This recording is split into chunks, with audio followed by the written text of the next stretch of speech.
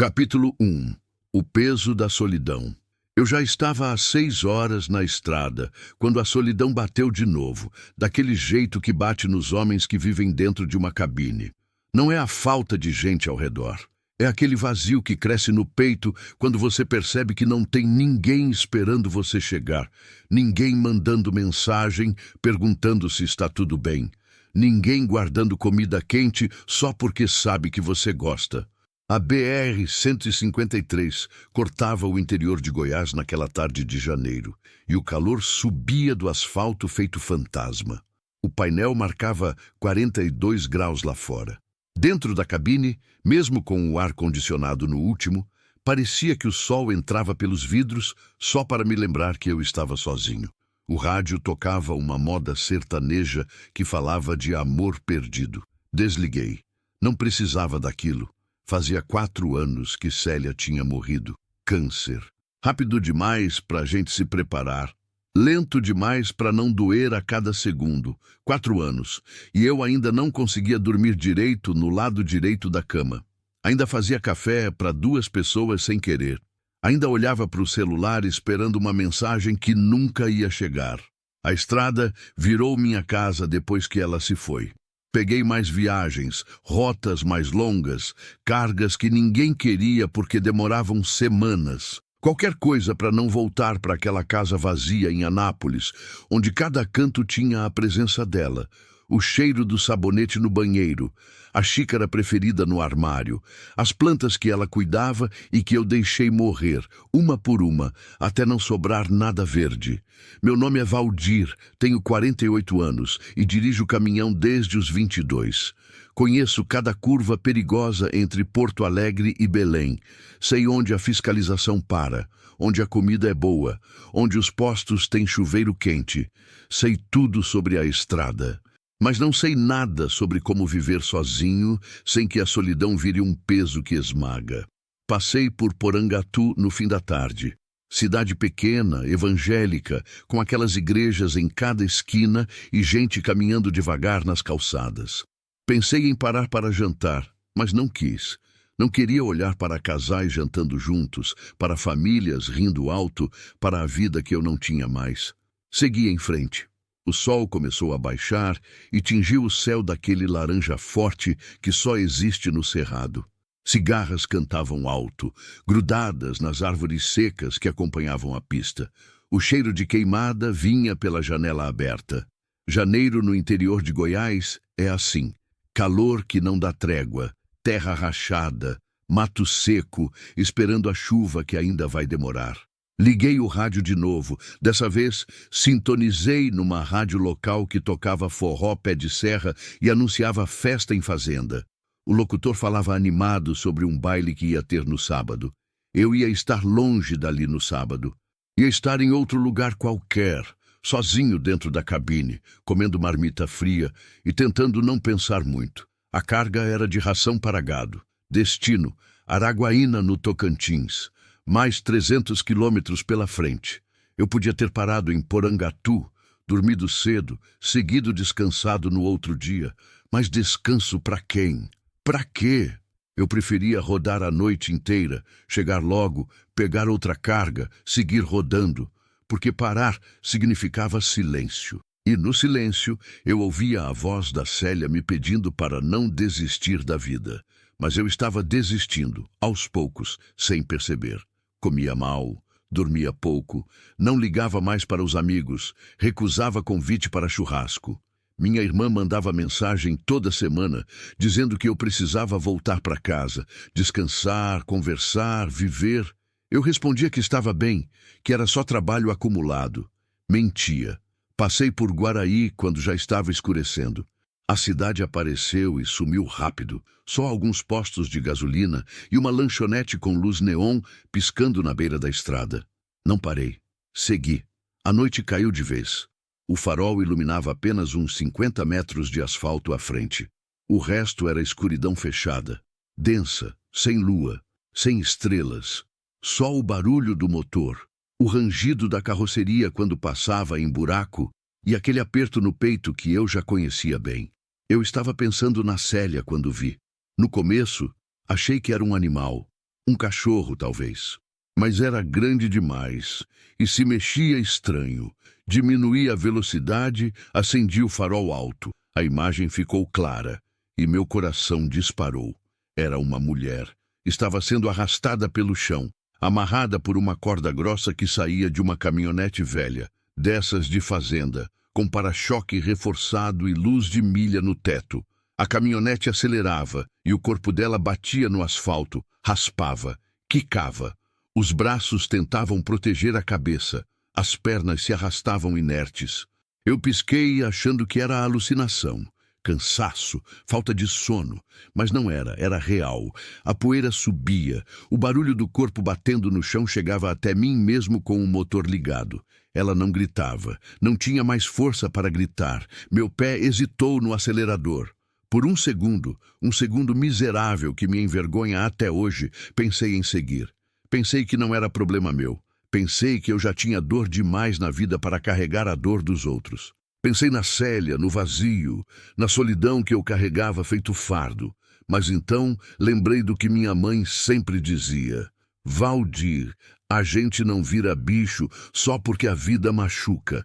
A gente vira bicho quando deixa de olhar para o lado. Pisei no freio com tudo. O caminhão gemeu, derrapou, levantou poeira, atravessou metade da pista. Eu travei, abri a porta, desci correndo. Meu coração batia tão forte que doía. E quando cheguei perto dela, quando vi o sangue escorrendo, os hematomas, os pulsos machucados pela corda, os olhos fechados, eu soube. Soube que, se eu não fizesse nada, aquela mulher ia morrer ali. E soube também que minha vida acabava de mudar. Continue e alongue o próximo 11. 43, capítulo 2. O resgate. Quando me joguei sobre o corpo dela, senti o calor da pele queimada pelo asfalto antes mesmo de sentir o peso. Era um calor errado, doentio, misturado com poeira grudada no suor e no sangue. A corda continuava esticada, puxando, e por um momento achei que ia me arrastar junto. Abracei com força, enterrei os pés no chão e gritei.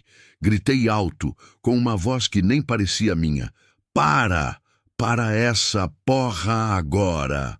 O motor da caminhonete roncou mais alto, como se o motorista tivesse pisado fundo de propósito só para me desafiar. A corda retesou ainda mais. Senti o corpo dela escapando dos meus braços, escorregando, sendo puxado com uma força que eu não conseguia segurar sozinho.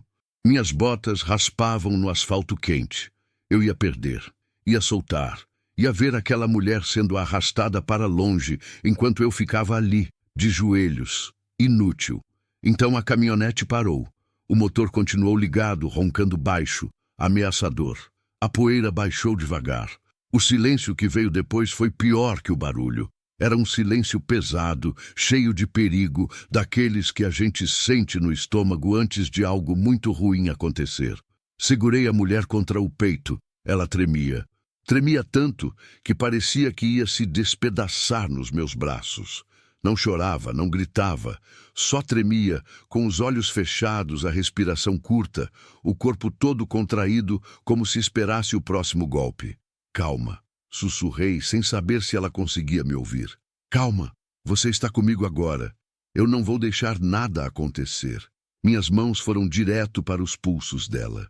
A corda era grossa, daquelas de nylon usadas para amarrar carga pesada. Tinha dado 3 voltas em cada pulso e estava tão apertada que a pele já estava roxa, inchada, sangrando nas bordas. Os nós estavam molhados de sangue e suor, grudados, impossíveis de desfazer com pressa. Eu puxei, forcei, tentei enfiar os dedos por baixo da corda, mas ela estava apertada demais. A mulher gemeu baixinho, um som agudo de dor que me cortou por dentro. Eu estava machucando mais ainda, mas não tinha escolha. Tinha que tirar aquela corda antes que o motorista voltasse a acelerar. Aguenta, pedi, quase chorando. Aguenta só mais um pouco. Usei as unhas, arranquei pele junto, senti o sangue dela escorrer nas minhas mãos. Finalmente consegui afrouxar o primeiro nó. O segundo veio mais fácil. O terceiro se desfez sozinho quando puxei a ponta. A corda caiu no chão, suja, ensanguentada, como uma cobra morta. Os pulsos dela estavam destruídos. A pele tinha arrancado em vários pontos. Sangue fresco misturado com sangue seco. Marcas fundas onde a corda tinha cortado. Ela soltou um suspiro longo, doloroso, como se tivesse segurado a respiração a vida inteira e só agora pudesse soltar. Tirei minha camisa.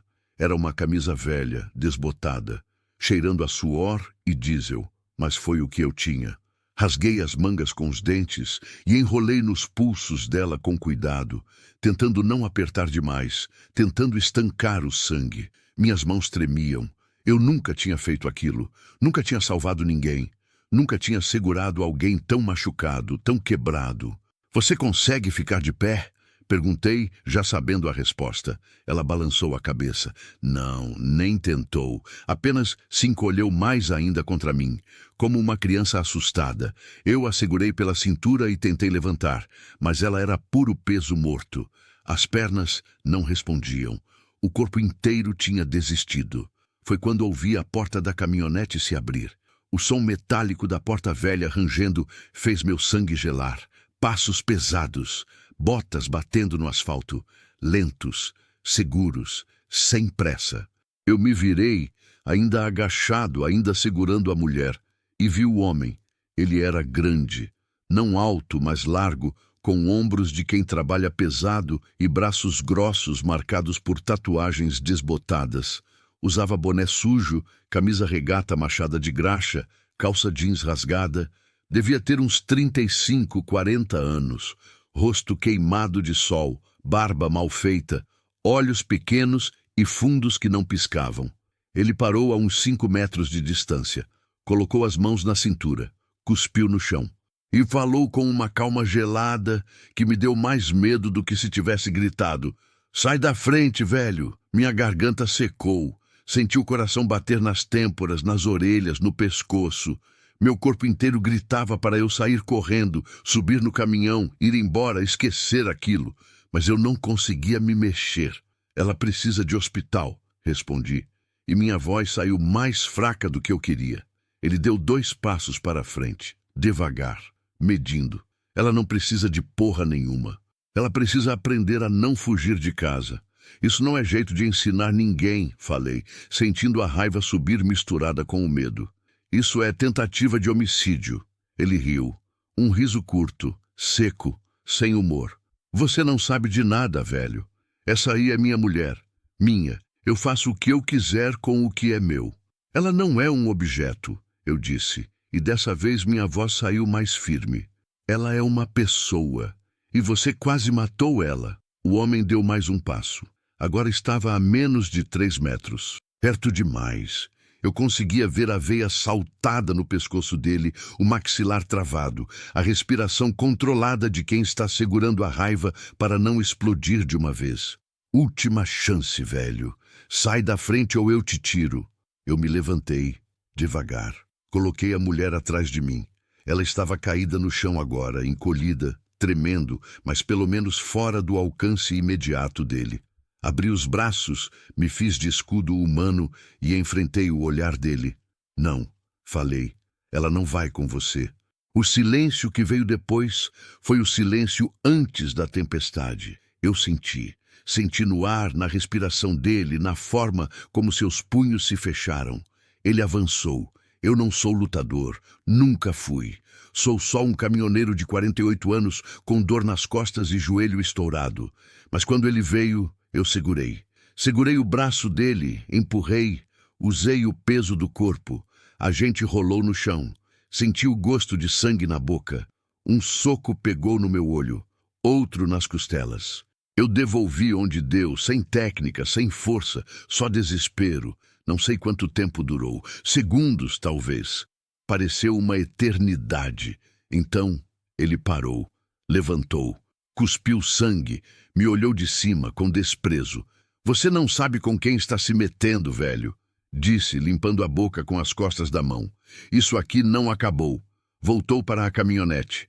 Entrou, ligou o motor, deu ré, manobrou e foi embora levantando poeira. Mas antes de sumir na escuridão, ele buzinou.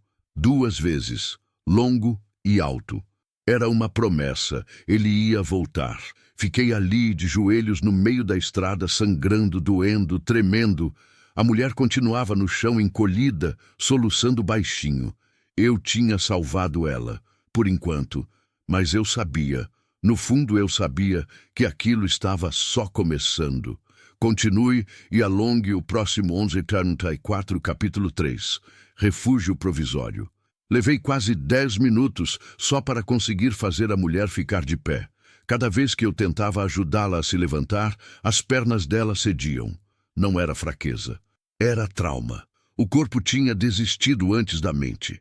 Ela se encolhia toda quando eu encostava nela, como se esperasse ser machucada de novo. Eu falava baixo, repetia que estava tudo bem, que eu não ia fazer nada, mas as palavras pareciam não chegar até ela. Eu preciso te levar daqui, disse, agachado ao lado dela. Ele pode voltar a qualquer momento. A gente não pode ficar aqui no meio da estrada. Ela não respondeu. Só olhou para a escuridão, por onde a caminhonete tinha desaparecido, os olhos arregalados, vidrados, como se ainda estivesse vendo o homem ali, vindo na direção dela. Olha para mim, pedi, tocando de leve no ombro dela. Ela pulou. Literalmente pulou, afastando o corpo num reflexo violento de defesa. O movimento foi tão brusco que ela gemeu de dor, levando as mãos aos pulsos enfaixados. Vi lágrimas descerem pelo rosto sujo de terra e sangue seco. Me desculpa, sussurrei. Desculpa. Eu não vou te machucar. Eu juro. Fiquei ali, parado, de mãos abertas, mostrando que não era ameaça, esperando, dando tempo, porque eu sabia que não podia apressar. Trauma não tem pressa. Medo não desaparece só porque alguém manda. Depois de um tempo que pareceu uma eternidade, ela assentiu com a cabeça. Só um movimento pequeno, quase imperceptível, mas foi o suficiente. Segurei ela pela cintura, com cuidado, devagar, telegrafando cada movimento. Ela era leve demais, miúda.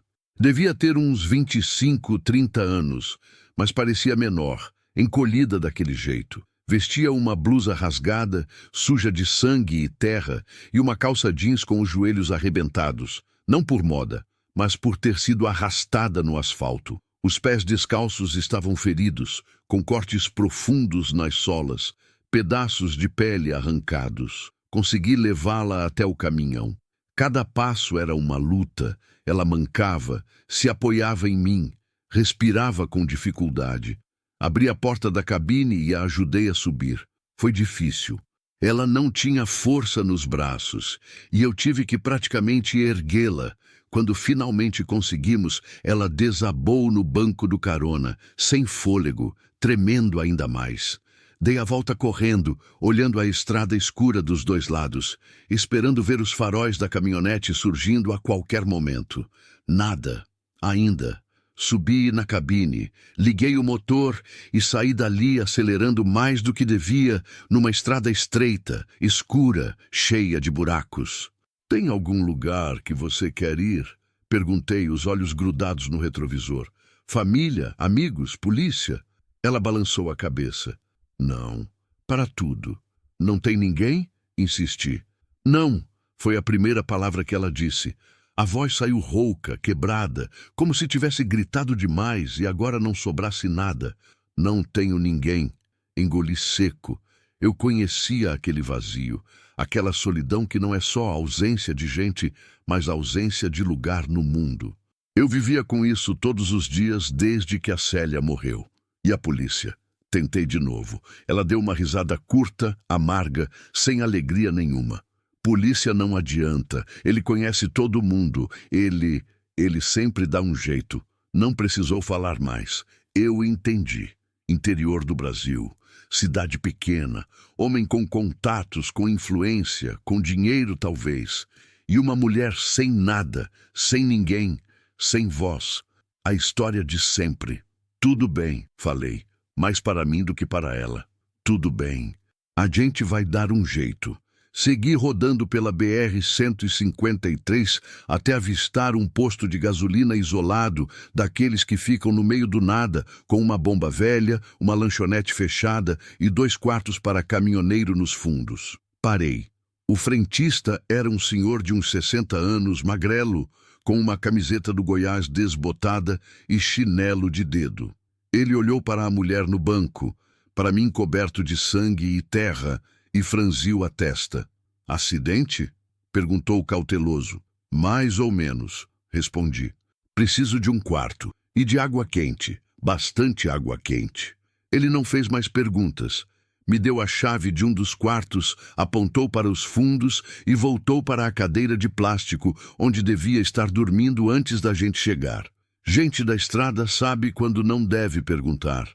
O quarto era simples, cama de casal com lençol gasto, uma mesinha de cabeceira com abajur sem cúpula, um ventilador de teto barulhento e um banheiro minúsculo com chuveiro elétrico e cheiro de mofo. Mas estava limpo e estava seguro, por enquanto. Ajudei a mulher a sentar na cama. Ela olhou ao redor como se não acreditasse que estava ali, longe dele, viva. As mãos não paravam de tremer. Peguei uma toalha velha que estava pendurada no banheiro e molhei com água morna. Você precisa limpar esses ferimentos, falei, estendendo a toalha. Infecciona rápido. Ela pegou a toalha, mas não se mexeu. Ficou só olhando para as próprias mãos enfaixadas com os retalhos da minha camisa, agora encharcados de sangue. Eu posso te ajudar, ofereci. Ou posso esperar aqui fora. Você decide. Ela levantou os olhos para mim. Pela primeira vez, realmente me olhou. Vi medo ainda, mas também alguma coisa que parecia gratidão, ou talvez só confusão sobre por que um estranho tinha parado para salvá-la. Por que você fez isso? Perguntou, a voz tão baixa que quase não ouvi. Por que você parou? Fiquei sem resposta por alguns segundos. Por que eu tinha parado? Podia ter seguido viagem. Podia ter fingido que não vi. Podia ter deixado a vida seguir como sempre segue, indiferente, cruel, cada um por si. Porque não dava para não parar, respondi. E era a verdade mais honesta que eu tinha. Porque se eu tivesse passado direto, eu não conseguiria mais me olhar no espelho. Ela assentiu devagar, como se entendesse, como se, no fundo, ela também soubesse o que era viver sem conseguir se olhar no espelho. Meu nome é Valdir, falei. Valdir Conceição. Sou caminhoneiro. Moro em Anápolis, ou morava, não sei mais direito. Sou viúvo há 4 anos. Não tenho filhos, só a estrada. Ela ficou em silêncio. Pensei que não ia falar, mas então ela sussurrou. Clarice. Meu nome é Clarice. Prazer, Clarice, eu disse. E pela primeira vez em muito tempo, aquela palavra teve significado de verdade. Ela pediu para tomar banho sozinha. Eu saí do quarto e encostei na parede de fora, acendendo um cigarro que eu não fumava há 2 anos, desde que prometi para a Célia que ia parar. Minhas mãos ainda tremiam. O olho esquerdo latejava onde tinha levado o soco. As costelas doíam a cada respiração. Fiquei ali, fumando devagar, olhando a estrada escura, esperando ver os faróis da caminhonete a qualquer momento. Cada carro que passava ao longe fazia meu coração disparar. Cada barulho era uma ameaça. O perigo estava em todo lugar, invisível, esperando. Dentro do quarto, ouvi o chuveiro abrir, ouvi Clarice chorar, um choro baixo, abafado, cheio de dor acumulada. Ela chorava anos de violência, anos de silêncio, anos de sobreviver em vez de viver. Eu fumei mais um cigarro, depois mais um. Deixei ela chorar em paz. Quando o chuveiro fechou, esperei mais 10 minutos antes de bater na porta. Posso entrar? Pode. Ela estava sentada na cama, enrolada na toalha, os cabelos molhados pingando no chão. Tinha limpado o rosto. Agora eu conseguia ver os hematomas com mais clareza. Um roxo feio na maçã do rosto esquerdo, outro no maxilar, arranhões no pescoço.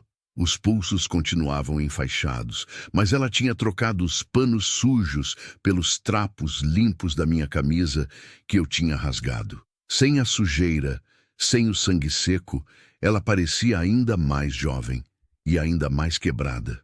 Você está com fome? Perguntei. Ela balançou a cabeça, mas o estômago dela roncou alto, denunciando a mentira. Sorri de leve. Vou buscar alguma coisa. Você fica aqui, tranca a porta, não abre para ninguém. Ninguém mesmo, só para mim. Eu vou bater 3 vezes e falar meu nome. Entendeu? Ela assentiu.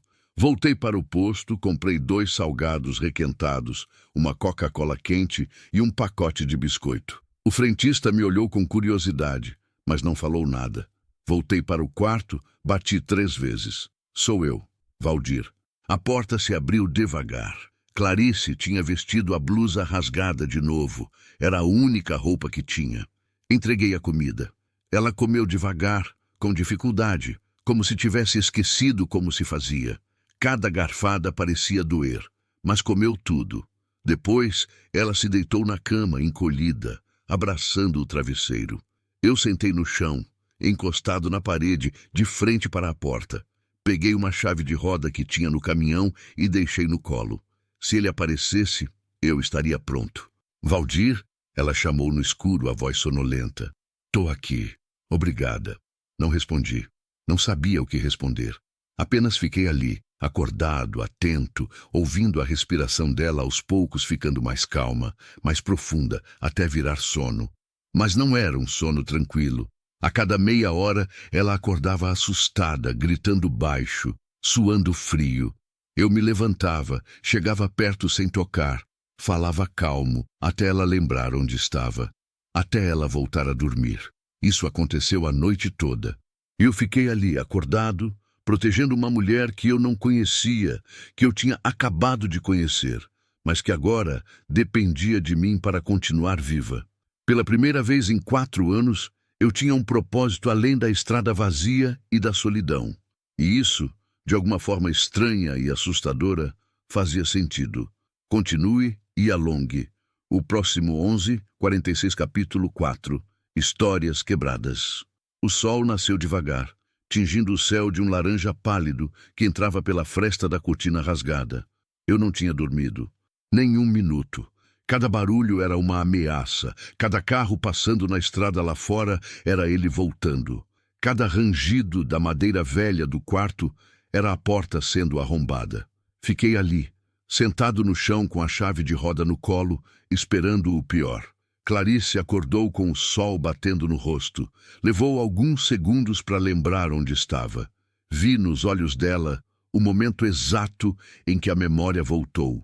O arrastamento, a corda, o asfalto queimando a pele, o homem vindo na direção dela. Ela se encolheu na cama, levou as mãos aos pulsos enfaixados e soltou um gemido baixo de dor. Bom dia, falei, tentando manter a voz calma, normal, como se não tivéssemos passado a noite fugindo de um psicopata.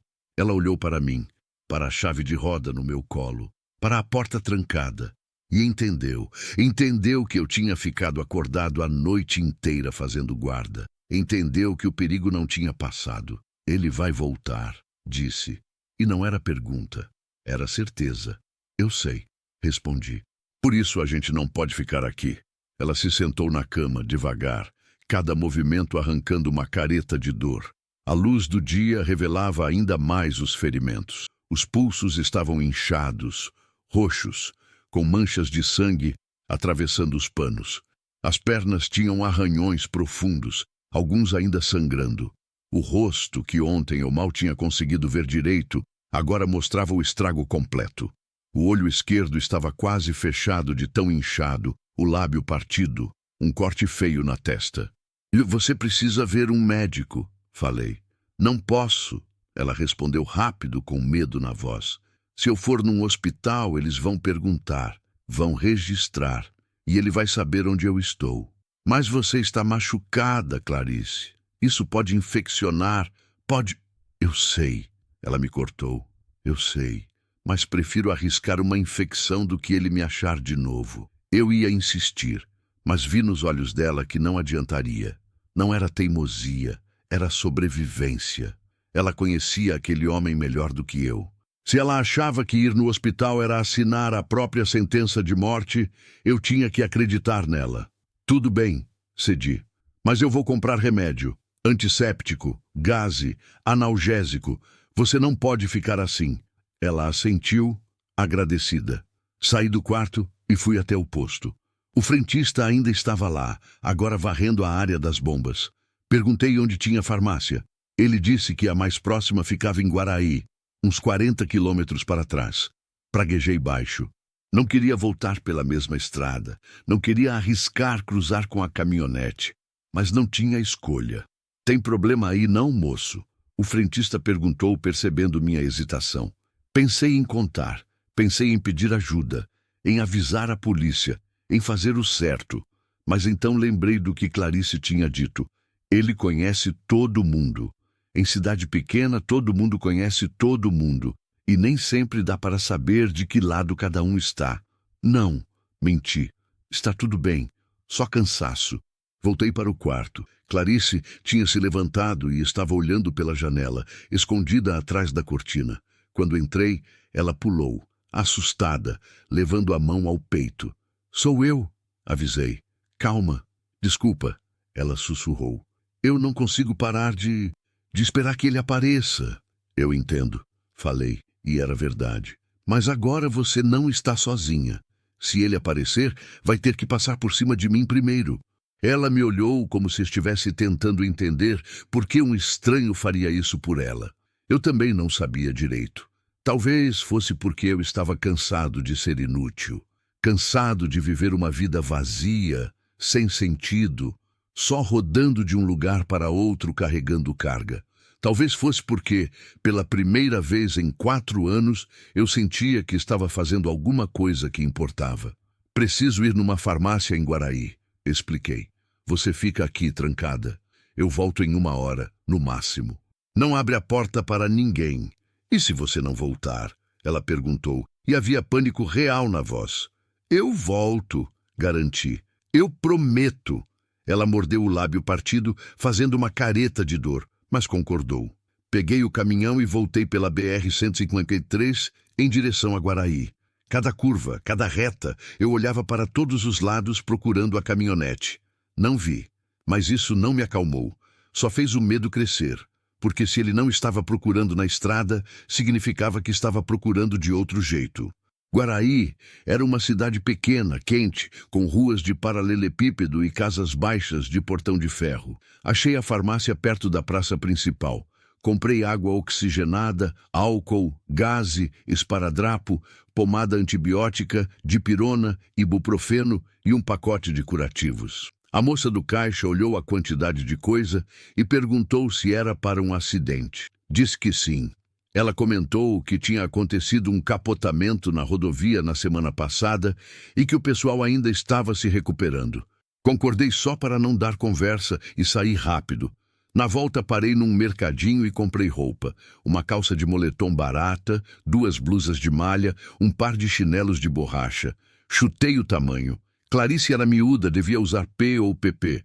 Comprei também pão, margarina, presunto, queijo, suco de caixinha, comida simples, mas melhor que salgado de posto. Quando voltei para o quarto, Clarice estava exatamente onde eu tinha deixado, sentada na cama, abraçando o travesseiro, olhando para a porta.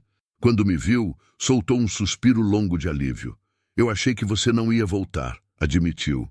Eu disse que voltava, respondi, colocando as sacolas na mesinha. Trouxe remédio e roupa limpa para você. Ela olhou para as sacolas como se fossem um tesouro. Pegou a blusa, passou a mão no tecido e pela primeira vez, desde que eu a tinha encontrado, vi algo no rosto dela que não era medo. Era gratidão, era esperança. Você não precisava, disse, a voz embargada. Precisava sim, respondi. Agora vamos cuidar desses ferimentos. Passei a próxima meia hora limpando os pulsos dela com água oxigenada.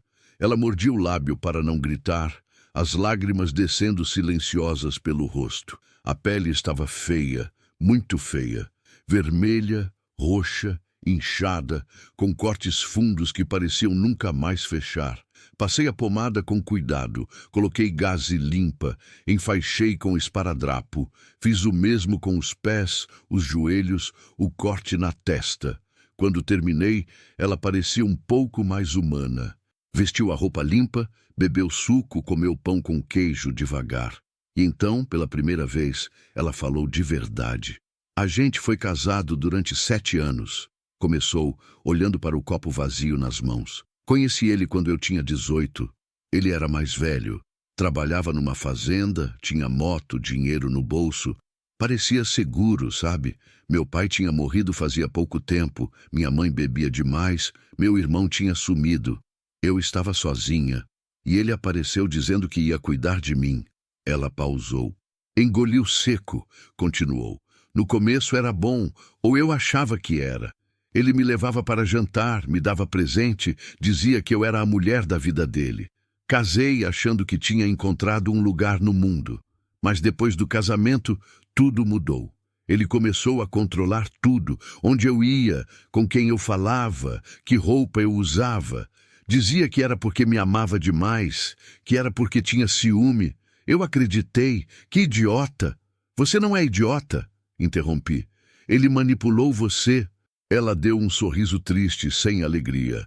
As brigas começaram pequenas, depois viraram xingamentos, depois empurrões, depois socos. Eu perdi a conta de quantas vezes fui para o hospital inventando desculpa. Caí da escada, bati a cara na porta, escorreguei no banheiro, sempre a mesma mentira, e sempre alguém fingindo acreditar. E a família dele? Ninguém fazia nada.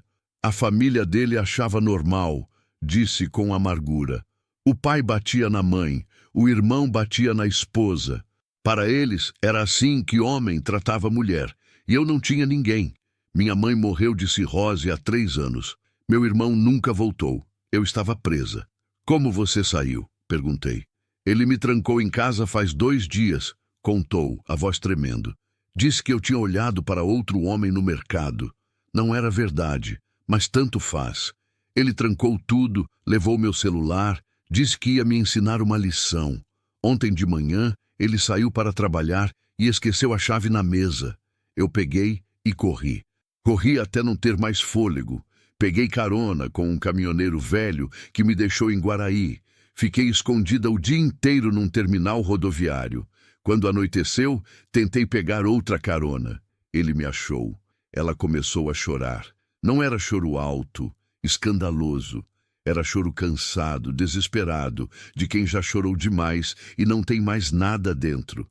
Ele me pegou pelo cabelo, me jogou no chão, amarrou meus pulsos naquela corda e prendeu na caminhonete. Disse que ia me arrastar até eu implorar para voltar. Disse que ia me matar devagar, para eu aprender que mulher dele não foge. E então você apareceu. Fiquei em silêncio. Não sabia o que dizer. O que dizer para alguém que viveu 7 anos de inferno? O que dizer para alguém que aceitou ser arrastada no asfalto porque já não tinha mais para onde fugir? Você tem algum lugar? Perguntei. Qualquer lugar. Outro estado, outra cidade. Alguém que possa te esconder? Ela balançou a cabeça. Ninguém. Não tenho ninguém, Valdir. Respirei fundo, pensei na minha vida, na casa vazia em Anápolis, na solidão que eu carregava feito fardo, na estrada que eu usava para fugir de mim mesmo, e pensei que talvez era hora de parar de fugir e começar a fazer alguma coisa que valesse a pena. Então você vem comigo, falei. Ela levantou os olhos, confusa. Como assim? Você vem comigo no caminhão. A gente some daqui, vai para longe. Muda de estado, arruma papel novo, recomeça. Ele não vai te achar se você não existir mais. Mas eu não posso pedir isso de você. Você nem me conhece. Eu conheço o suficiente, respondi. Conheço o suficiente para saber que você merece viver e que se eu te deixar aqui, ele vai te matar. Ela ficou me olhando incrédula, como se não conseguisse acreditar que alguém faria aquilo por ela. Por quê? Perguntou, a voz quebrada. Por que você está fazendo isso? Pensei na Célia. Pensei em como eu não consegui salvá-la do câncer. Em como me senti inútil vendo ela definhar sem poder fazer nada. Pensei em como nos últimos 4 anos eu tinha vivido como um fantasma, só ocupando espaço, sem propósito, sem sentido. Porque talvez eu precise tanto ser salvo quanto você. respondi. E era a verdade mais crua que eu tinha dito em muito tempo. Continue e alongue o próximo 11:48, capítulo 5. O fantasma do passado. Ficamos no quarto do posto até o fim da tarde. Eu não queria sair de dia, não queria arriscar ser visto. A estrada, em plena luz do sol, era perigosa demais.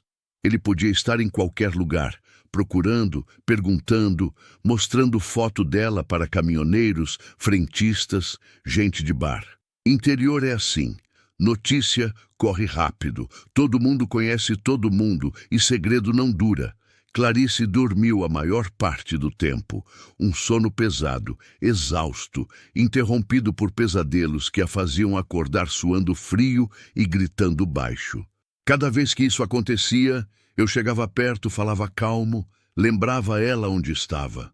Aos poucos, ela voltava a respirar normal e fechava os olhos de novo, mas nunca dormia em paz. Eu aproveitei as horas de vigília para pensar em como ia fazer aquilo funcionar. Não era simples. Não bastava colocar ela no caminhão e sair rodando. Ele ia procurar. E ele ia achar, se a gente não fosse esperto. Peguei meu celular velho, com tela rachada e bateria que não durava nem meio-dia, e comecei a pesquisar. Procurei abrigos para mulheres em situação de violência. Achei alguns em Goiânia, outros em Palmas, mas todos exigiam boletim de ocorrência, documentos, encaminhamento de assistente social.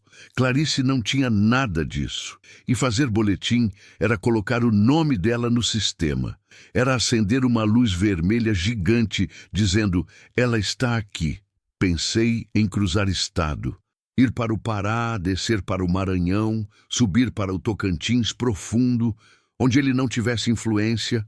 Mas e depois? Clarice ia fazer o quê? Viver escondida para sempre, olhando para trás a vida toda, esperando ele aparecer na esquina? Não era vida, era só outro tipo de prisão. A verdade é que eu não tinha resposta. Não sabia como resolver aquilo. Só sabia que não podia deixar ela voltar para aquele homem. E que, se precisasse, eu ia rodar o Brasil inteiro até encontrar um lugar onde ela pudesse respirar sem medo. Quando o sol começou a baixar e o céu ficou daquele laranja queimado típico do Cerrado, acordei Clarice devagar. A gente precisa ir, falei. Está escurecendo. É a melhor hora. Ela se levantou, ainda zonza de sono, mas mais descansada. As roupas novas faziam diferença. Ela parecia menos destroçada, menos à beira do abismo, mas os olhos continuavam carregados de medo. Antes de sair, eu ajudei ela a trocar os curativos de novo. Os pulsos ainda sangravam um pouco, mas menos que antes. A pomada estava fazendo efeito. Passei mais uma camada, enfaixei com gaze nova, prendi com esparadrapo. Ela aguentou a dor calada, só apertando os dentes. Você é forte, falei, e não era bajulação. Era constatação. Não sou não, respondeu amarga. Se eu fosse forte, tinha ido embora faz tempo. Você foi embora, lembrei. Você pegou a chave e fugiu. Isso é ser forte. Ela não respondeu. Só olhou para as próprias mãos enfaixadas, como se não acreditasse que tinha feito aquilo. Como se ainda estivesse surpresa de estar viva. Pagamos o quarto. O frentista nem olhou direito para a gente. Só pegou o dinheiro e voltou para a cadeira de plástico onde assistia a um jogo de futebol numa TV pequena e chiada. Melhor assim. Quanto menos gente reparasse na gente, melhor. Ajudei Clarice a subir na cabine do caminhão. Ela ainda tinha dificuldade para se mexer, cada movimento arrancava uma careta de dor. Quando finalmente conseguiu se acomodar no banco, soltou um suspiro longo e fechou os olhos por um momento. Liguei o motor. O ronco familiar me acalmou um pouco. A estrada sempre me acalmava. Era o único lugar onde eu sabia o que fazer. Voltamos para a BR-153, agora em direção ao norte, para Araguaína. Era o destino original da minha carga, e eu ainda tinha que entregar aquelas toneladas de ração para gado. Não podia simplesmente abandonar o trabalho. Não tinha dinheiro para isso.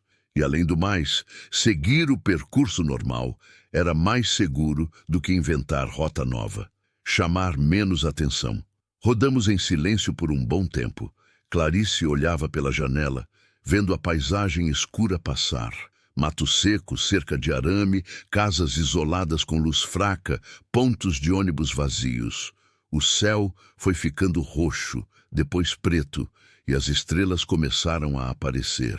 Muitas estrelas. No interior, longe das luzes da cidade, o céu fica tão cheio de estrelas que parece impossível. Quando foi a última vez que você olhou para o céu? Perguntei, quebrando o silêncio. Clarice pensou por um tempo. Não lembro, admitiu. Faz muito tempo. Acho que eu parei de olhar para cima. Só olhava para baixo, para os pés, tentando não tropeçar, não dar motivo para ele ficar bravo. Agora você pode olhar de novo, falei. Pode olhar para onde quiser.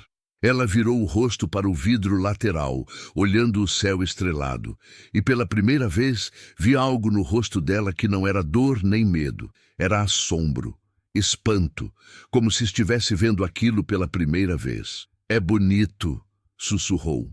É, concordei. Rodamos mais um pouco. O caminhão balançava nas irregularidades do asfalto, o motor roncava baixo, o ventilador da cabine fazia um barulho ritmado. Era quase pacífico. Quase. Então, Clarice perguntou. Você disse que é viúvo. Não era pergunta. Era constatação, mas eu sabia que ela estava esperando que eu falasse, e talvez fosse justo.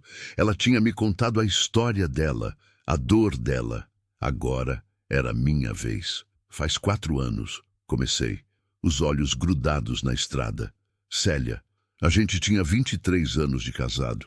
Conheci ela num baile de São João em Anápolis. Ela vendia pastel na barraca do pai, e eu fui lá comprar mais por causa do sorriso dela do que por causa do pastel. A gente começou a namorar, casou 2 anos depois, construiu uma vida juntos. Fiz uma pausa, engoli o nó que subiu na garganta. Ela era tudo para mim. Engraçada, teimosa, dessas que não deixa ninguém triste perto dela. Trabalhava numa escola, era merendeira, adorava as crianças. A gente não teve filhos, não conseguimos, mas ela dizia que tinha 200 filhos na escola e que estava de bom tamanho. Clarice ficou quieta, escutando. Há 5 anos, ela começou a sentir umas dores no estômago. A gente achou que era gastrite, essas coisas. Ela tomou remédio, melhorou, depois voltou. Quando finalmente conseguiu marcar exame no SUS, já era tarde. Câncer no estômago, avançado, metástase no fígado, 4 meses. Foi o tempo que ela teve desde o diagnóstico até o fim. Minha voz falhou, limpei a garganta, tentei continuar. Eu larguei a estrada, fiquei com ela, levava no hospital, fazia quimioterapia, segurava o cabelo dela quando vomitava, limpava, cuidava. Ela foi definhando, ficando pequena, fraca, até que um dia ela não acordou mais.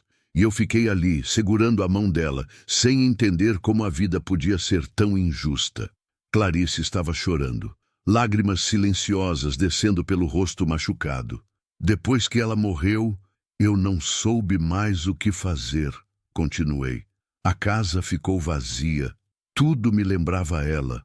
O sofá onde a gente assistia novela, a cozinha onde ela fazia bolo, a cama onde a gente dormia abraçado. Eu não aguentei. Voltei para a estrada. Quanto mais longe, melhor. Quanto mais tempo rodando, menos tempo pensando. Mas você pensa, Clarice disse baixinho. Penso, admiti. Toda hora. Acordo de noite achando que ela está do meu lado. Viro para falar alguma coisa e lembro que ela não está mais aqui. É como se uma parte de mim tivesse morrido junto, sabe? E o que sobrou não sabe mais viver. Ficamos em silêncio por um longo tempo. 2 estranhos carregando dores diferentes, dividindo uma cabine de caminhão no meio da noite. Você ainda a ama? Clarice disse. Não era pergunta. Sempre vou amar, respondi. Não é o tipo de coisa que acaba só porque a pessoa se foi. O amor fica, a saudade fica, a falta fica. É por isso que você me salvou, ela disse entendendo. Porque você não conseguiu salvar ela. Apertei o volante com força. Ela tinha acertado em cheio. Talvez, admiti. Ou talvez eu só estivesse cansado de não fazer diferença nenhuma na vida de ninguém, de ser só um fantasma rodando de um lado para o outro sem motivo. Você faz diferença, Clarice disse com firmeza. Você salvou minha vida, Valdir. Você me deu uma chance de recomeçar. Isso é tudo. Eu ia responder, ia dizer que não era nada demais, que qualquer um teria feito o mesmo. Mas aí vi os faróis no retrovisor. 2 faróis se aproximando rápido. Rápido demais. Meu estômago gelou. Abaixa, ordenei a voz tensa. Abaixa agora, Clarice. Ela não perguntou, só obedeceu, encolhendo-se no banco, ficando abaixo da linha da janela. Eu apertei o acelerador tentando ganhar velocidade, mas o caminhão carregado era pesado, lento. Os faróis se aproximavam. No retrovisor consegui ver. Era uma caminhonete, velha, com para-choque reforçado e luzes de milha no teto. Era ele. Meu coração disparou. Suor frio escorreu pelas costas. Agarrei o volante com tanta força que os nós dos dedos ficaram brancos. É ele? Clarice perguntou, a voz engasgada de pânico. É, respondi. A caminhonete colou atrás do caminhão. Buzinou. 1 vez, 2 vezes, 3. Longas, altas, agressivas. Eu não diminuí, não parei. Continuei acelerando o máximo que o caminhão conseguia. Ele desviou para a faixa da esquerda, tentando me ultrapassar. Eu joguei o caminhão para o lado, bloqueando a passagem. Ele buzinou mais alto, acendeu os faróis altos me cegando pelo retrovisor. Xingamentos. Dava para ouvir ele gritando, mesmo com os vidros fechados. O que eu faço? Perguntei, mais para mim do que para Clarice. O que eu faço? Não para! Ela implorou, a voz trêmula. Por favor, Valdir, não para! A caminhonete tentou de novo. Dessa vez, conseguiu passar. Acelerou, ficou na minha frente e começou a frear bruscamente, tentando me forçar a parar. Eu freei também, mantendo distância, mas a estrada estava vazia, escura, sem saída. Ele parou de vez, atravessando a caminhonete na pista. Eu parei o caminhão. Não tinha escolha. No retrovisor, vi ele descer, andando devagar, seguro, como quem sabe que já venceu. Minhas mãos tremiam no volante. Minha respiração estava descontrolada. Olhei para Clarice, encolhida no banco, tremendo, os olhos arregalados de terror puro. E então eu entendi. Entendi que, se eu não fizesse alguma coisa agora, ali mesmo, ela ia morrer. E eu ia carregar mais essa culpa pelo resto da vida. Não podia deixar isso acontecer.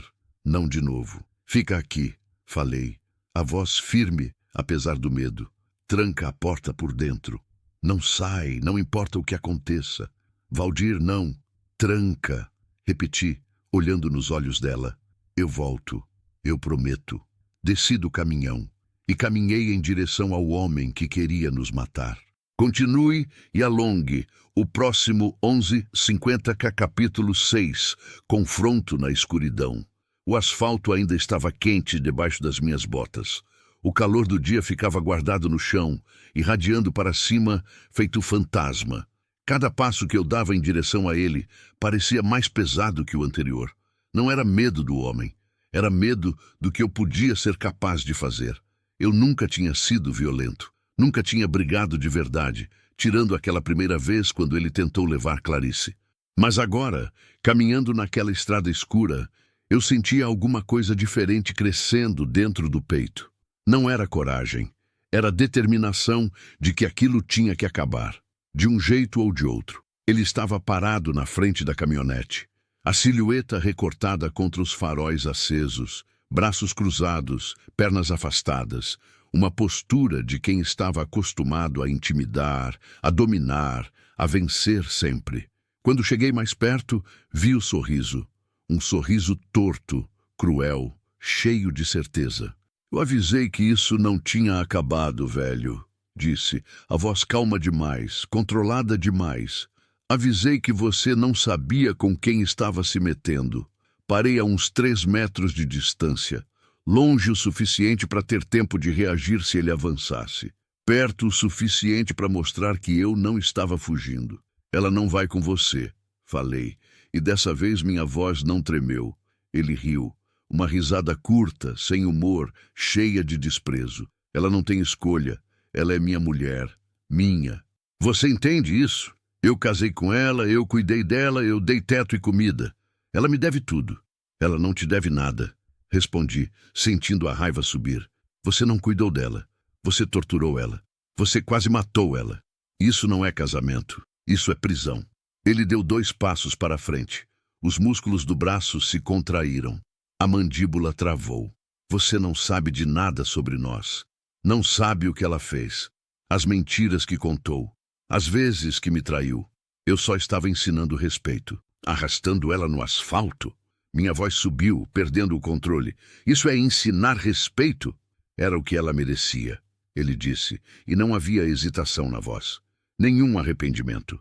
Nenhuma dúvida. E você vai me pagar por ter se metido. Ele tirou alguma coisa da cintura. No escuro, demorei alguns segundos para perceber o que era. Quando percebi, meu estômago despencou. Uma faca. Não era faca de cozinha. Era faca de caça. Lâmina longa, curva, serrilhada. O tipo de faca que fazia estrago, que abria, que matava. Minha boca ficou seca, as pernas tremeram. Eu não tinha arma, não tinha nada além das mãos vazias e o medo crescendo no peito. Vai fazer o quê, velho? Ele provocou, girando a faca na mão. Vai lutar? Vai morrer por uma mulher que você nem conhece? Pensei em correr, em voltar para o caminhão, ligar o motor, dar ré, acelerar, fugir. Mas então lembrei de Clarice encolhida dentro da cabine, tremendo, esperando que eu a salvasse de novo. Lembrei da promessa que eu tinha feito. Lembrei da Célia, da impotência que eu senti quando não consegui salvá-la do câncer. Lembrei de tudo que eu tinha perdido, de tudo que eu não fiz, de todas as vezes que eu fui covarde demais para agir. Não ia ser covarde de novo. Não vou deixar você encostar nela, falei, plantando os pés no chão. Vai ter que me matar primeiro. Ele avançou. Foi rápido, mais rápido do que eu esperava. A faca cortou o ar vindo na direção do meu peito. Desviei para o lado. Senti a lâmina raspar na camisa, abrir um corte superficial no braço. Dor quente, aguda, mas não parei.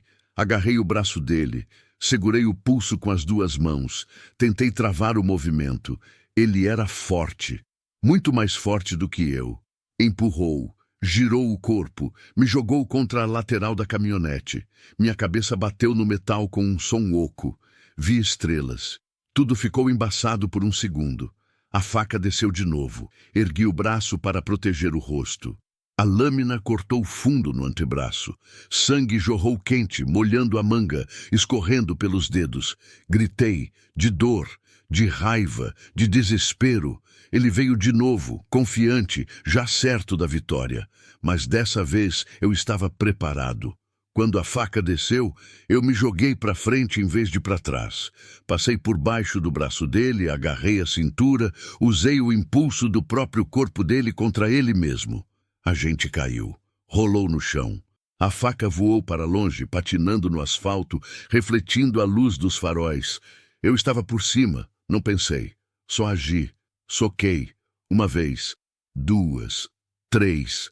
Senti o nariz dele estourar embaixo dos meus nós dos dedos. Sangue quente espirrou no meu rosto.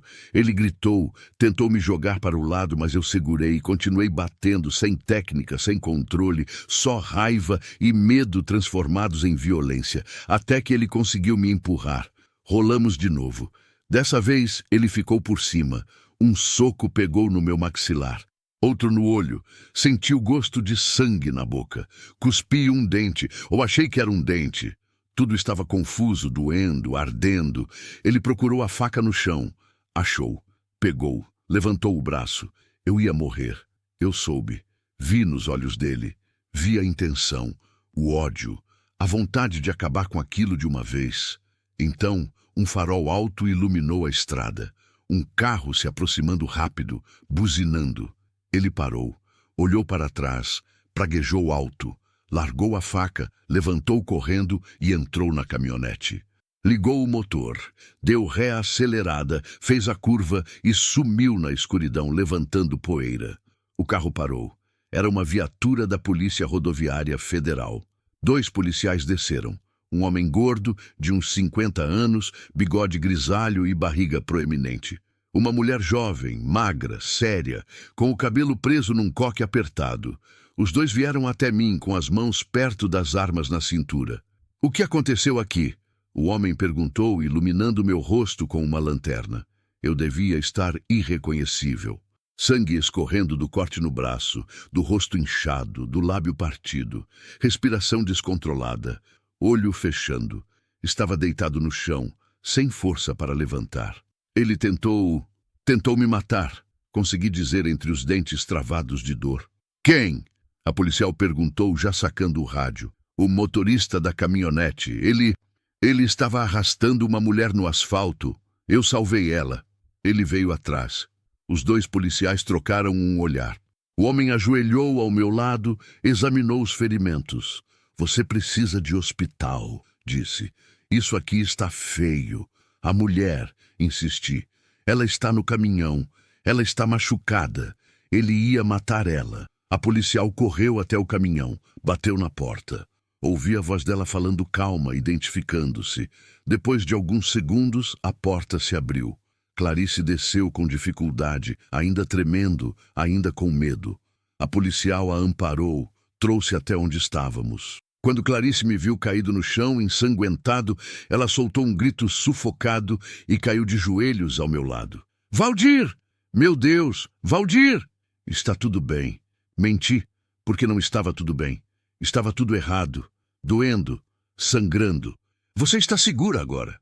O policial já estava no rádio pedindo ambulância, reforço, passando a descrição da caminhonete. A policial tirou o kit de primeiros socorros da viatura e começou a estancar o sangue do meu braço. Doía muito, mas eu não reclamei. Só olhava para Clarice, vendo as lágrimas descerem pelo rosto dela, vendo o medo ainda vivo nos olhos, mas também vendo gratidão e alívio. "Ele voltou", Clarice disse para os policiais, a voz trêmula. "Meu ex-marido. Ele me arrastou amarrada numa corda ontem. Valdir me salvou. E agora ele tentou...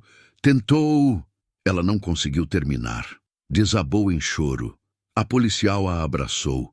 Deixou ela chorar no ombro do uniforme. "Vocês vão ter que prestar depoimento", o policial disse, ainda pressionando gaze no meu braço.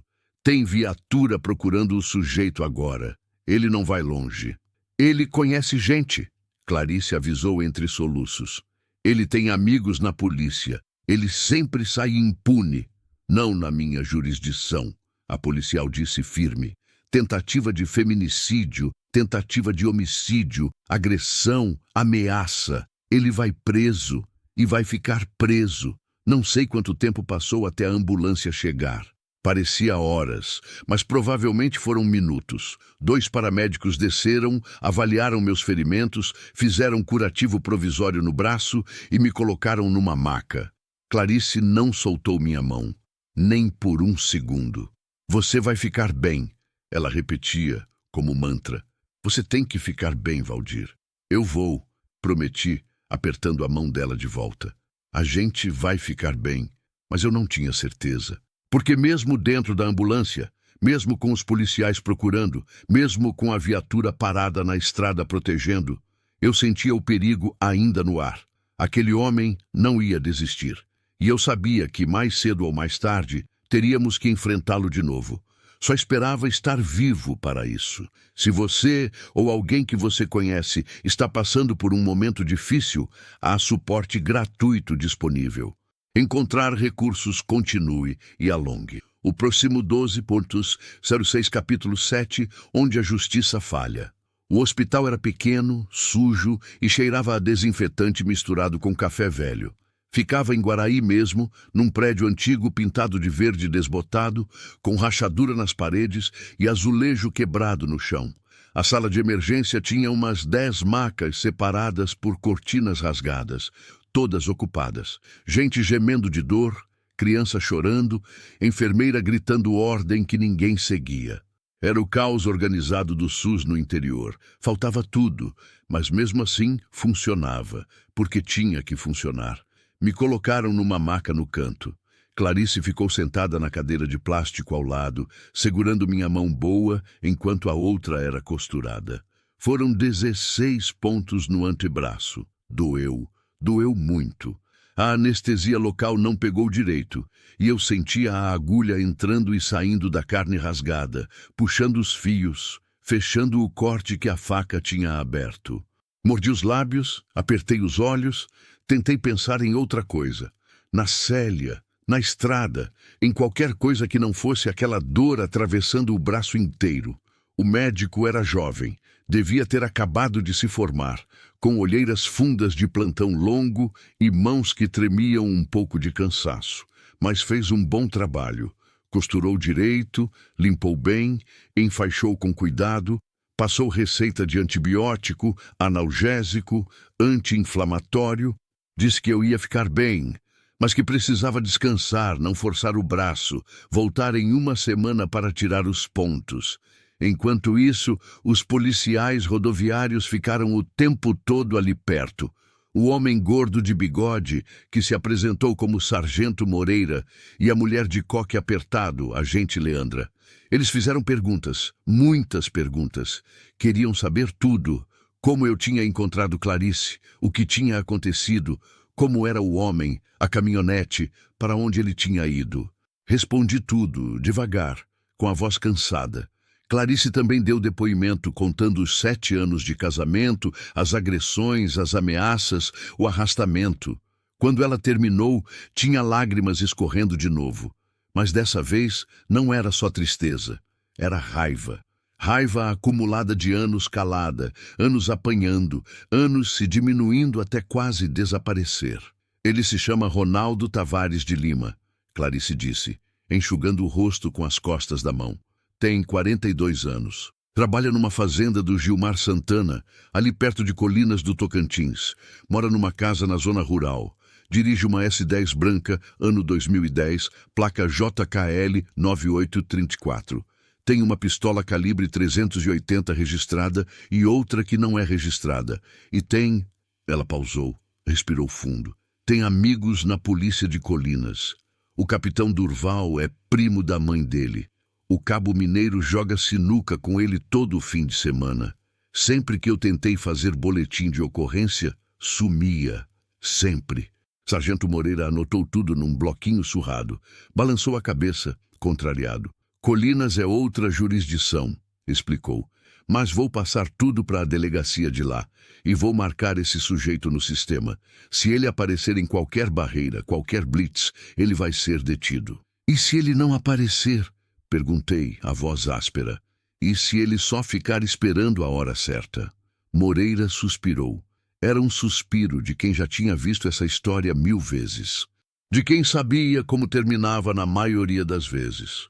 Vocês precisam registrar tudo oficialmente, disse. Boletim de ocorrência, pedido de medida protetiva, representação criminal. Sem isso, a gente não consegue prender ele de verdade. Não de forma que ele fique preso. E quanto tempo demora? Clarice perguntou, angustiada. Medida protetiva sai em 48 horas. Geralmente, Leandra respondeu. Mas, ela hesitou, trocou um olhar com Moreira. Dependendo do juiz, pode demorar mais. E mesmo quando sai, precisa ser cumprida, e nem sempre é. Então não adianta nada, Clarice disse desesperada. Eu vou fazer boletim, vou pedir proteção, e ele vai continuar solto, vai continuar procurando, vai me matar. É isso que vocês estão dizendo? Ninguém respondeu, porque era exatamente isso que estavam dizendo. Não com essas palavras, mas o silêncio dizia tudo. Leandra se aproximou, colocou a mão no ombro de Clarice. Tem abrigos para mulheres em situação de violência, ofereceu. Posso fazer o encaminhamento. Você fica protegida, recebe atendimento psicológico, assistência social. É sigiloso. Ele não vai saber onde você está. Até alguém contar. Clarice retrucou amarga. Até alguém que conhece ele descobrir e avisar. Interior é assim. Todo mundo se conhece. Segredo não existe. Ela tinha razão. Eu sabia que tinha. Por mais que os policiais quisessem ajudar, por mais que o sistema teoricamente funcionasse, na prática era diferente. Homens como Ronaldo sempre davam um jeito, Sempre tinham uma carta na manga, um amigo influente, uma brecha na lei. E mulheres como Clarice sempre pagavam o preço. Sargento Moreira guardou o bloquinho. Vou ser sincero com vocês, disse pesado. Isso aqui é grave, muito grave. Ele tentou matar os dois. Tem provas, tem testemunhas, tem tudo. Mas o sistema é lento e às vezes ineficaz. Vocês precisam ter cuidado, muito cuidado. Não andem sozinhos, não fiquem em lugares isolados, não confiem em estranhos. E se virem esse homem, nem tentem enfrentar. Liguem para a gente imediatamente. E se ele aparecer antes de vocês chegarem? Perguntei. Moreira não respondeu. Só me deu um olhar que dizia tudo. Torça para que não apareça. Eles foram embora por volta das 3 da manhã, prometendo que iam continuar a busca, que iam fazer o possível. Eu e Clarice ficamos sozinhos na sala de emergência barulhenta, cercados de gente sofrendo, gente esperando, gente desistindo aos poucos. A gente não pode ficar aqui, falei olhando ao redor. Lugar público, fácil de ser achado. E para onde a gente vai? Clarice perguntou cansada. Eu não tenho para onde ir, Valdir. Não tenho ninguém. Não tenho dinheiro. Não tenho nada. Tem a mim, respondi. E era verdade. A gente vai embora daqui. Vai para longe. Outro estado. Muda de nome se for preciso. Recomeça. Mas e você? Seu trabalho, sua vida, sua casa? Dei uma risada curta, sem humor. Que vida, Clarice? Eu não tenho vida. Tenho uma casa vazia que eu não consigo pisar sem sentir dor. Tenho um trabalho que é só desculpa para fugir de mim mesmo. E tenho uma solidão que pesa tanto que tem dia que eu não sei por que ainda acordo de manhã. Ela me olhou e vi que entendia.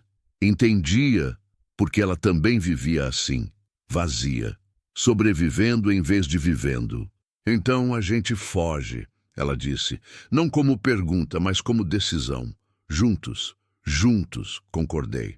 Mas mesmo dizendo aquilo, mesmo decidindo, eu sabia que não seria simples, porque fugir era fácil.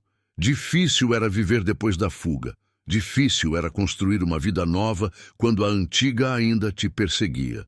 Difícil era dormir, sabendo que a qualquer momento ele podia aparecer. Saímos do hospital quando o sol começou a nascer. Meu braço doía, latejava, ardia debaixo do curativo. O rosto estava inchado, o olho roxo, o lábio rachado. Cada movimento custava esforço, mas eu estava vivo, e Clarice também. Voltamos para o caminhão que ainda estava estacionado no posto da polícia rodoviária. Tinham feito perícia rápida na estrada, fotografado as marcas de pneu, recolhido a faca que Ronaldo tinha deixado cair. Era prova. Mas prova para quê? Para um processo que ia demorar anos? Para uma condenação que talvez nunca viesse? Subi na cabine com dificuldade. Clarice me ajudou. Sentei no banco, respirei fundo, tentei ignorar a dor. Liguei o motor. O ronco familiar me trouxe um pouco de conforto. A estrada sempre me confortava. Era o único lugar onde eu sabia quem eu era. Para onde? Clarice perguntou. Pensei. Araguaína estava a poucas horas dali. Eu ainda tinha que entregar a carga. Mas depois a gente podia seguir. Para o Pará, para o Maranhão. Para onde fosse longe de Ronaldo. Longe do Tocantins. Longe do perigo. Araguaína, respondi. Eu entrego a carga, pego o pagamento e a gente decide o próximo passo. Ela assentiu. Encostou a cabeça no vidro lateral, olhando a paisagem acordar com o sol. Mato seco, terra vermelha, céu claro. O cerrado se esticava até onde a vista alcançava, infinito e indiferente ao sofrimento humano. Rodamos em silêncio por um bom tempo. Clarice acabou dormindo, a respiração finalmente calma, finalmente em paz.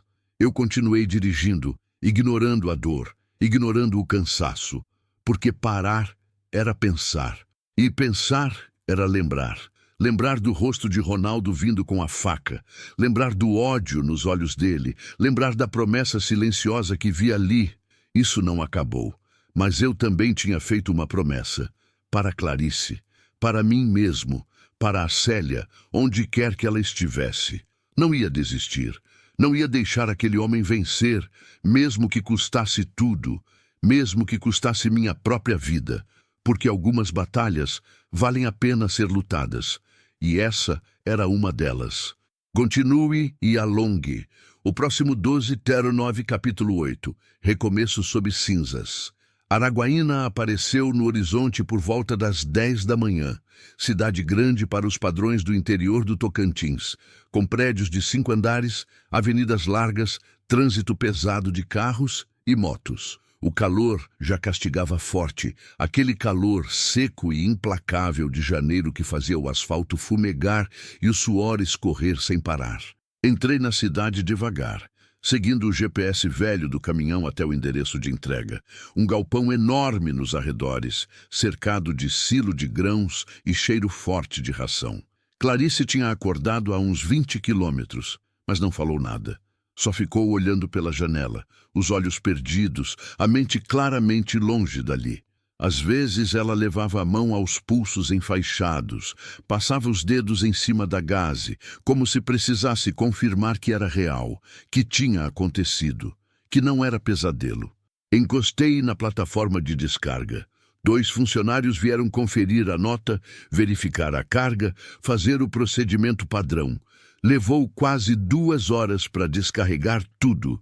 Toneladas de ração para gado, saco por saco, empilhados no depósito escuro e empoeirado. Fiquei o tempo todo dentro da cabine, ao lado de Clarice, vigiando a rua, os carros que passavam, as pessoas que olhavam de longe. Cada caminhonete branca que aparecia fazia meu coração disparar. Cada homem alto que passava na calçada fazia minha mão ir instintivamente para a chave de roda que agora eu mantinha debaixo do banco. Mas ele não apareceu, ainda. Quando o descarregamento terminou, fui até o escritório do galpão, um cubículo apertado com ar-condicionado velho que mais fazia barulho do que gelava. O gerente, um homem careca de uns 50 anos, com camisa social suada e pasta cheia de papel, conferiu tudo, assinou os documentos e me passou o pagamento. Dinheiro vivo. R$3.000, em notas de 50 e 100, contados ali na minha frente, guardados no envelope pardo. Era tudo que eu tinha. R$3.000. Um caminhão que não era meu e uma mulher fugindo de um assassino. Voltei para a cabine. Clarice olhou para o envelope na minha mão. É muito? Perguntou. Dá para segurar uns dias. Respondi, guardando o dinheiro no porta-luvas. Combustível, comida, algum lugar para dormir. Depois eu pego outra carga. A gente vai dando um jeito. Ela balançou a cabeça, os olhos enchendo de lágrimas de novo. Você não tinha que estar fazendo isso, disse a voz embargada. Você não me conhece. Não me deve nada. Eu estou destruindo sua vida, Valdir. Segurei a mão dela, com cuidado, devagar. Esperando ela não se encolher, não se afastar. Ela não se afastou. Só apertou minha mão de volta, desesperadamente, como quem está se afogando e encontrou uma corda. Minha vida já estava destruída, falei, olhando nos olhos dela. Desde que a Célia morreu, eu só estava existindo, indo de um lugar para outro sem motivo. Você não está destruindo nada. Você está me dando uma razão para acordar de manhã, para fazer alguma coisa que importa, para ser mais do que um fantasma rodando sozinho. Mas e se ele te matar? Ela sussurrou. E se por minha causa você morrer? Então pelo menos eu vou morrer fazendo a coisa certa, respondi. E não deitado numa cama vazia, sozinho, esperando a morte chegar por cansaço. Ficamos ali, em silêncio, segurando as mãos, 2 náufragos agarrados no mesmo pedaço de madeira no meio do oceano. Depois de um tempo, larguei a mão dela e liguei o motor. A gente precisa de um lugar seguro, falei. Pelo menos por hoje, para descansar, pensar no próximo passo. Onde? Clarice perguntou. Pensei. Hotel era arriscado demais. Lugares públicos, registro de hóspedes, câmeras. Se Ronaldo tivesse realmente amigos na polícia, ele podia acessar esses registros, rastrear a gente. Encontrar não podia arriscar. Então me lembrei. Tenho um amigo aqui em Araguaína, falei. Caminhoneiro também. Nilson. A gente rodou junto durante anos. Quando a Célia morreu, ele me acolheu na casa dele por 2 semanas. Nunca cobrou, nunca julgou. É gente boa, a gente pode ficar lá. E se ele não quiser? Clarice perguntou. E se ele achar perigoso? O Nilson não é assim, garanti. Ele vai ajudar. Peguei o celular, achei o número dele na lista de contatos, liguei. Tocou 4 vezes antes dele atender, a voz rouca de sono. Valdir, que horas são, rapaz? Desculpa acordar você, Nilson. Eu estou em Araguaína. Estou com um problema sério. Preciso de ajuda. O tom mudou na hora. Nilson ficou sério, alerta. Que tipo de problema? Contei. Resumido. Rápido. Clarice, o ex-marido, a faca, o hospital, a fuga. Quando terminei, o silêncio do outro lado durou tanto que pensei que a ligação tinha caído. Nilson? Estou aqui. Ele respondeu, pesado. Puta merda, Valdir. Você se meteu numa parada pesada. Eu sei, mas eu não podia deixar ela morrer. Eu sei que não podia, ele disse, e dava para ouvir que ele entendia. Vem para cá. Traz ela. Vocês ficam o tempo que precisar, mas vai ter que ser discreto. Minha esposa está grávida de 8 meses. Não posso colocar ela em perigo. Não vou, prometi. A gente fica 1 dia, 2 no máximo, só para recuperar o fôlego. Depois a gente some. Tá bom. Anota o endereço. Anotei. Agradeci. Desliguei, olhei para Clarice. A gente tem um lugar, avisei.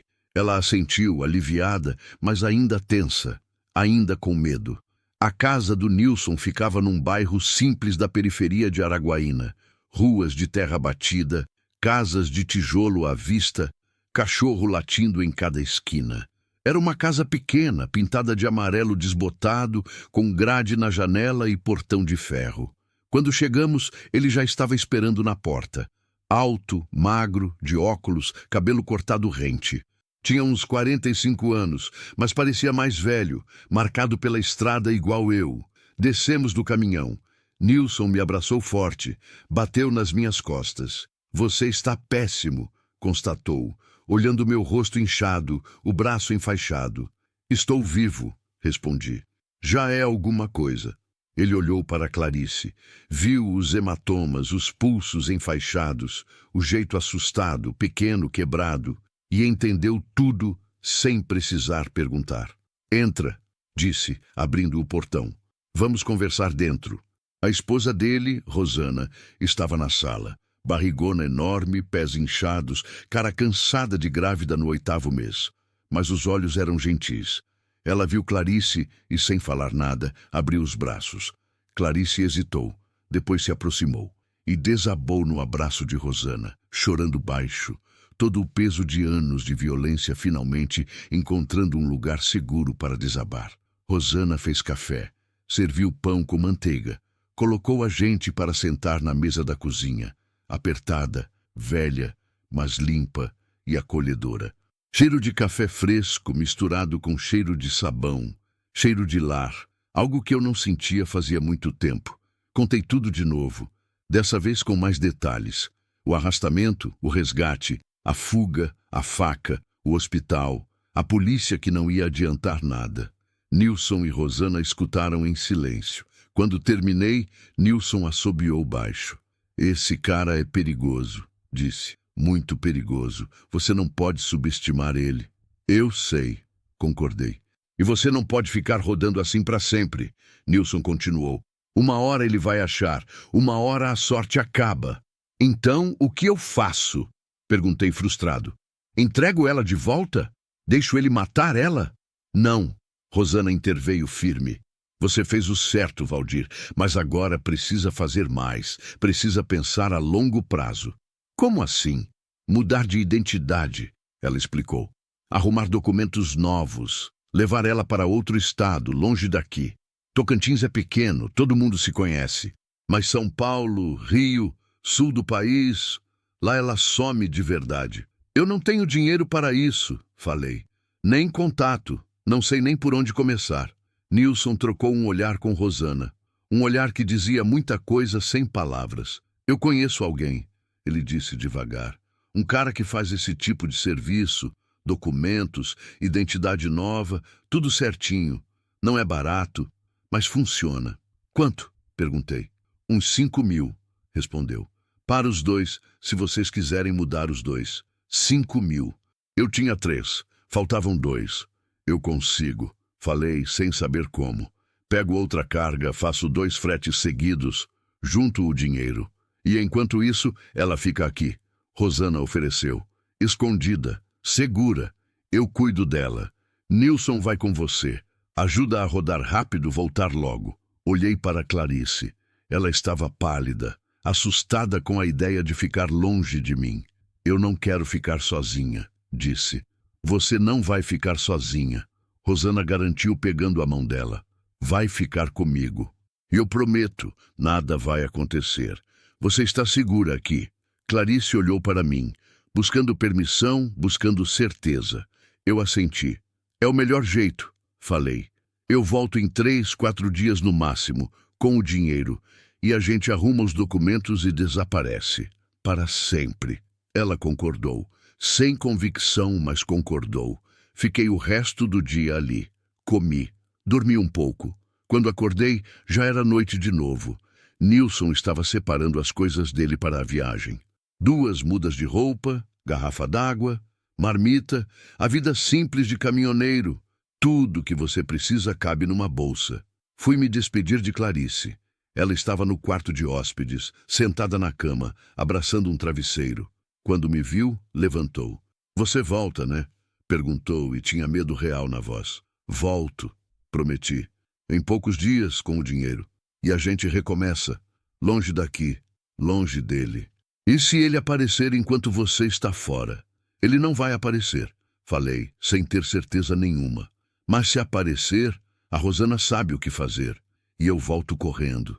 Ela me abraçou, forte, desesperadamente, como quem abraça pela última vez. Retribuí o abraço, sentindo o corpo pequeno dela tremendo contra o meu. Obrigada, ela sussurrou no meu ouvido. Por tudo, por me salvar, por não desistir de mim. Obrigada a você, respondi, por me lembrar que ainda existe motivo para lutar. Nos separamos.